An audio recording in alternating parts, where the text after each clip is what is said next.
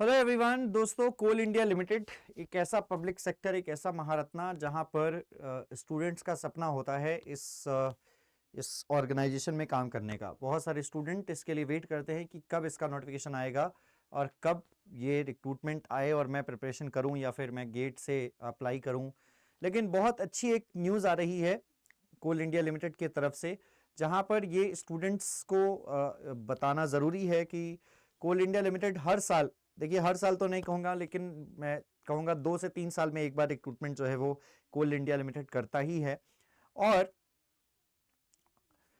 Gate से recruitment कभी करता है, कभी कंप्यूटर बेस्ड टेस्ट के थ्रू रिक्रूटमेंट करता है। इससे पहले आई थिंक 2021 में कंप्यूटर बेस्ड टेस्ट के थ्रू रिक्रूटमेंट कोल इंडिया लिमिटेड का हुआ था और फिर से एक ऐसी नोटिस जहां पर सभी को चौंका दिया गया कि ये रिक्रूटमेंट इस साल कैसे होने वाला है, वो मैं आपको बता देता हूं। तो कोल इंडिया लिमिटेड की तरफ से ये एक नोटिस सामने आ रहा है। ये ऑफिस ऑर्डर है, देख सकते हैं 13 अक्टूबर की डेट का है।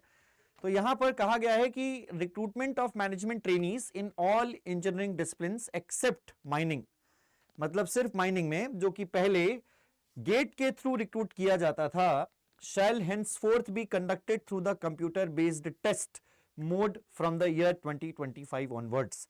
मतलब अब से 2025 में जो कोल इंडिया लिमिटेड के रिक्रूटमेंट्स होंगे मैनेजमेंट ट्रेनी लेवल पे, वो सभी ब्रांचेस में, सिर्फ माइनिंग को छोड़कर सभी ब्रांचेस में अब कंप्यूटर बेस्ड टेस्ट से रिक्रूटमेंट होने वाले हैं।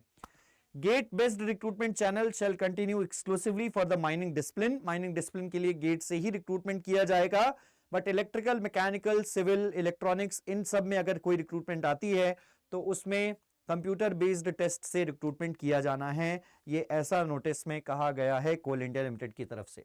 तो सभी लोग यहां पर प्रिपरेशन करना शुरू कर दीजिए। कुछ बेसिक जानकारियां मैं आपको दे देता हूं कि इसमें कौन कौन से लोग एलिजिबल हैं। कोल इंडिया लिमिटेड में सिर्फ बीटेक के कैंडिडेट्स ही फॉर्म फिल कर सकते हैं। इसमें आईटीआई के कैंडिडेट्स और डिप्लोमा के कैंडिडेट्स फॉर्म फिल नहीं कर सकते। मैनेजमेंट ट्रेनी लेवल का पोस्ट है ये, तो बीटेक के कैंडिडेट्स ही सिर्फ फॉर्म फिल कर सकते हैं। पहला एक जो सवाल बहुत सारे स्टूडेंट पूछ सकते हैं वो मैं बता दूं। दूसरा एक सवाल आएगा कि क्या फाइनल ईयर के कैंडिडेट्स यहां पर एलिजिबल हैं। तो अभी तक एज सच कोई नोटिफिकेशन नहीं है, बट जब नोटिफिकेशन आएगा उस समय तक आपके नोटिफिकेशन में लास्ट डेट तक अगर आपका रिजल्ट आ जाता है तो आप फॉर्म फिल कर पाएंगे, नहीं तो फॉर्म फिल नहीं कर पाएंगे। फाइनल ईयर के कैंडिडेट्स के लिए ये एक जवाब मैं देना चाहता हूं।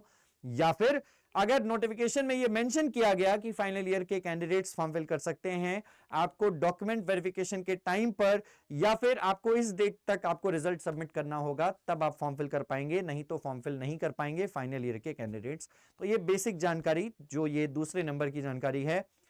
तीसरा एक सवाल आ सकता है कि लेटरल एंट्री के कैंडिडेट्स अलाउड है कि नहीं। जैसे जिसने डिप्लोमा किया है वो सेकेंड ईयर बीटेक में एडमिशन लेता है, तो वो लोग फॉर्म फिल कर पाएंगे कि नहीं। तो जी हां, वो भी फॉर्म फिल कर पाएंगे। लेटरल एंट्री के कैंडिडेट्स भी फॉर्म फिल कर पाएंगे, बशर्ते उनका डिग्री कंप्लीट होना चाहिए।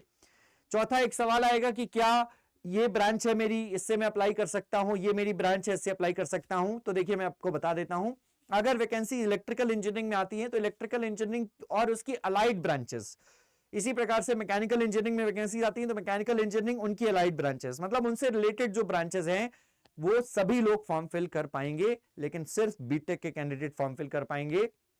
डिप्लोमा प्लस बीटेक जिसने किया है वो बीटेक की डिग्री के आधार पर फॉर्म फिल करेगा, ये ध्यान रखिएगा। तो ये बेसिक जानकारी कुछ मैं आप सभी लोगों को क्लियर कर देना चाहता हूं। और अब जो है तैयारी करना शुरू कर दो। एक अच्छी अपॉर्चुनिटी आ रही है बीटेक वालों के लिए, जनरली अपॉर्चुनिटी आती नहीं है बीटेक के आरआरबी और एसएससी के अलावा। आरआरबी जूनियर इंजीनियर और सीनियर और SSC staff selection commission junior engineer के अलावा बहुत कम रिक्रूटमेंट्स गेट के बीटेक के कैंडिडेट्स के लिए आती हैं। तो आप यहां पर तैयारी करना शुरू कर सकते हैं। एक अच्छा लेवल रहता है इस एग्जामिनेशन का, अच्छे क्वेश्चंस पूछे जाते हैं। मैं कोल इंडिया लिमिटेड के मैनेजमेंट ट्रेनी 2021 का पेपर जरूर आपके सामने डिस्कस करूंगा बहुत जल्द, जैसे ही ये नोटिफिकेशन आ जाता है। और आप सभी लोगों को मैं बता दूं कि आप चाहें तो अड्डा 24/7 से प्रिपरेशन करने के लिए जुड़ सकते हैं। मैं असिस्टेंट इंजीनियरिंग लेवल पर अपने सारे इलेक्ट्रिकल इंजीनियरिंग के सब्जेक्ट्स को पढ़ाता हूं, एई लेवल पर पढ़ाता हूं, तो इसमें कोई भी अंतर नहीं रहता। अगर आप एई लेवल की तैयारी करते हैं तो आप जेई लेवल का एग्जामिनेशन आसानी से क्लियर कर लेते हैं। ऑल कोर्सेज से आपको एई जेई एग्जाम्स पर आना है, इलेक्ट्रिकल इंजीनियरिंग पर आना है, और आप आरआरबी जेई या इंजीनियरिंग महापैक में किसी में से भी एक में एनरोल कर सकते हो। महापैक में अगर आप एनरोल करते हो तो आप सभी लोगों को इलेक्ट्रिकल इंजीनियरिंग महापैक या सिविल इंजीनियरिंग या मैकेनिकल इंजीनियरिंग महापैक, जिसमें सभी एग्जाम्स की प्रिपरेशन इंक्लूड हो जाती है, आप इस पे बाय नाउ पर क्लिक करो, कूपन कोड इस्तेमाल करो Y1022, तो यहां पर मिलेगा आपको एडिशनल डिस्काउंट, और यहां पर मिलेगा आपको एडिशनल डिस्काउंट, और ये 2508 रुपए में आपको प्राइसेस पड़ जाएंगे, यानी कि आप महापैक सिर्फ 2500 रुपए में परचेज कर सकते हैं। इसमें इसीलिए कर लीजिए क्योंकि देखिए एग्जाम आने के बाद आपको ज्यादा समय, नोटिफिकेशन आने के बाद ज्यादा समय नहीं मिलेगा एग्जाम कंडक्ट करवाने के लिए, जैसा एनएचपीसी में हुआ है। तो अगर आप प्रिपरेशन को सही समय पर शुरू करेंगे तो सही समय पर आप मैक्सिमम सब्जेक्ट्स पढ़ पाएंगे। आई होप कि ये जानकारी आपके लिए हेल्पफुल रही होगी। इसी प्रकार की और भी जानकारी के लिए आप हमारे चैनल को सब्सक्राइब करके बेल आइकन जरूर प्रेस कर लीजिएगा। मिलते हैं आपसे अगले वीडियो में। धन्यवाद।